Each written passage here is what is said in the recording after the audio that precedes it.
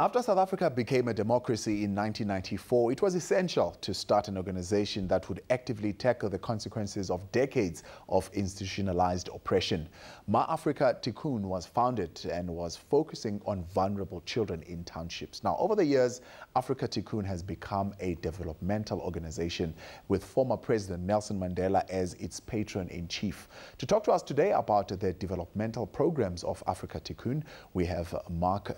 He is the Chief Executive Officer of Africa Tikkun. Marc, good morning and thank you for joining us. Thank you very much for your show. Tell us about Africa Tikkun and how does it differ from other community organizations that are out there? Well, Africa Tikkun has got a rather unique model that it's actually developed and put in practice over the last 6 to 7 years.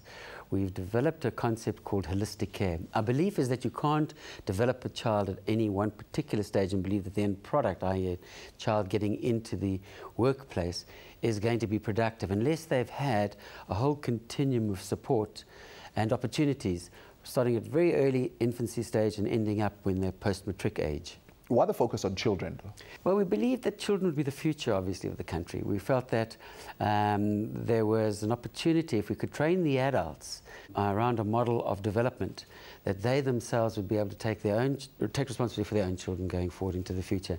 And those individuals graduating from our programs would become future managers, would become future social leaders, would become political leaders perhaps as well. If we could create a nation of children who, instead of expecting handouts, were prepared to actually put energies and efforts in to change their own futures, that was our focus. Early childhood development, very important in South Africa.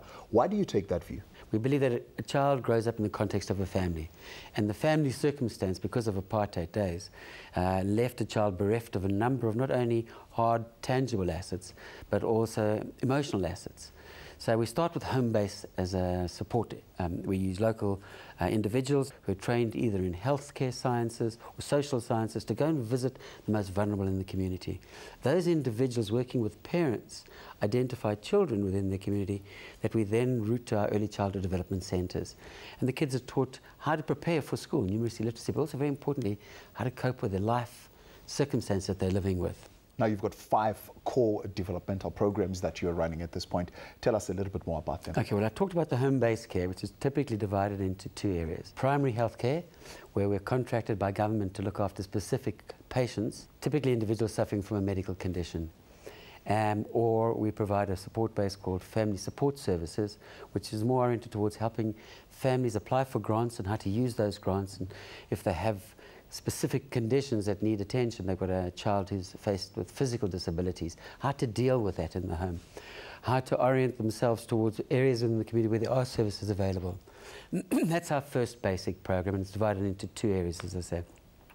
Then we see ourselves migrating children who are old enough to attend a centre, attending early childhood development, which is in our 3rd program, and that takes us from children about a year of age to the age of about 6.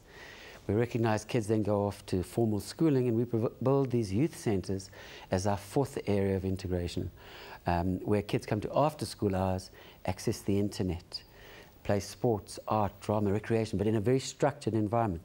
They're taught rules, they're taught discipline. And then we start to prepare them for job opportunities. The 5th opportunity is in fact in the area of nutritional and relief support. So we provide food. That's our calling card. Our caregivers visiting the homes, the shacks will arrive each day with food. Our kids attending our early childhood development centres, our youth centres, are fed during the course of the day. And we monitor the nutritional development of those kids very carefully indeed. More recently, we're moving into areas of job creation, but I think a little bit more about that later. Now, there's been a lot of talk about making education an essential service in our country at this point. The service that you offering right now, quite essential. And how far is the program widespread within the country itself? Well, we're operating in 6 sites. We've got about 16, just in fact short of 17,000 beneficiaries that we service on a daily basis. And those are individuals whose names, IDs, details are documented. In addition, our primary healthcare and family support services will look at approximately about 10,000 other individuals on a monthly basis. The issue of education is a very sensitive one because formal education is proving not to be sufficient.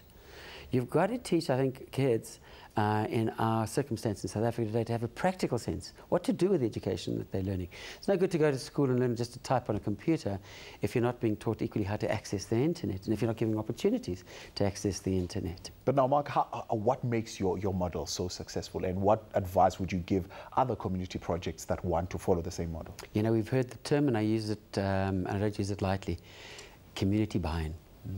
Every building that we build, we make sure is staffed by people who come from the local community. A huge part of our budget orients towards training management skills for those individuals who come from those local communities who are going to run the projects that I've just described.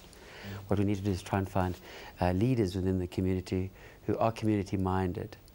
And I believe, therefore, probably the single most successful aspect is our ability to develop community ownership of the projects, and then to bring in corporate South Africa and give them a sense that their money is in fact being properly spent, and the true empowerment that our patron Madiba once envisaged really is taking place. Marc Loebner, he's our guest today. He's the CEO of Africa Tikkun. Marc, it sounds like awesome work that you're doing. It's really great that you came through and shared this with us. We appreciate your time. Thank you very much indeed.